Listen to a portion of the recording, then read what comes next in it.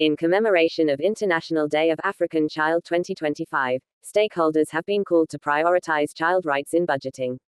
The chairman of Public Accounts Committee on House of Representatives Honorable Bamidele Salam made this disclosure in Abuja at the celebration of International Day of African Children organized by Hope Alive Initiative and Erudite Growth and Advancement Foundation, as he called on all ministries, departments and agencies of government to make the issue of Nigerian children a top priority.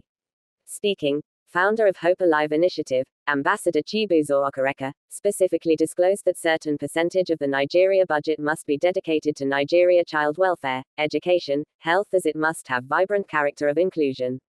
Principal of Government Secondary School Zone 4 Tundunwada, Abuja, Mrs. Irene Akerele stated that a child denied proper education today becomes a nation denied of tomorrow's progress.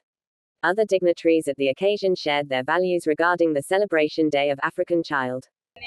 And I also identify the Project Hope Alive for making this an annual event, and especially for choosing the theme this year, which has to do with making child rights, child-focused budgeting central to our budgeting and our policy making as a nation. Now, like I said in my speech, every other thing can wait. The child cannot.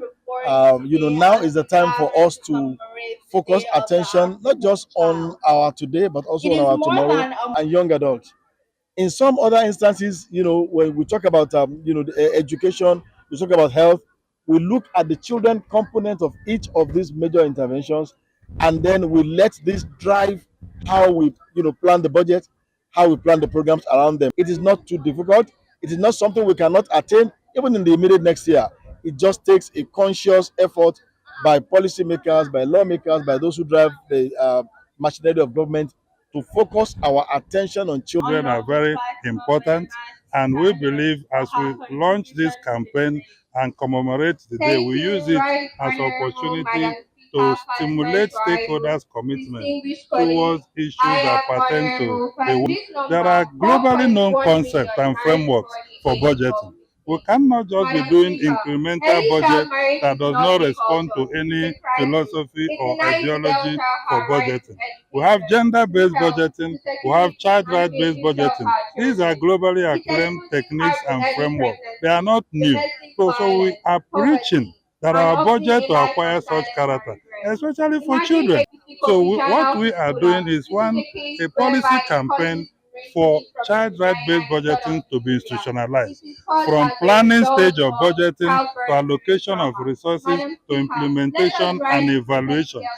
We should know that when we are enacting our laws, we should inculcate children needs in it. Teachers, parents, policymakers, government are supposed to come together to ensure that children's rights are met in policies that they put forth in the nation. So how best do you achieve? It's part of what we are doing now to ensure that we know about it, because the government cannot do all. Everybody has to do its own quota. That is why in the speech I gave, I said teachers, parents, and government should come together. And it is what you are aware of that you put into place. We are now trying to create an awareness with the public, with the community, that this should be done. And as such, we are equally putting our bit into ensuring this is done. And highlights of the day include cultural dance, art exhibitions, children parliament and debates.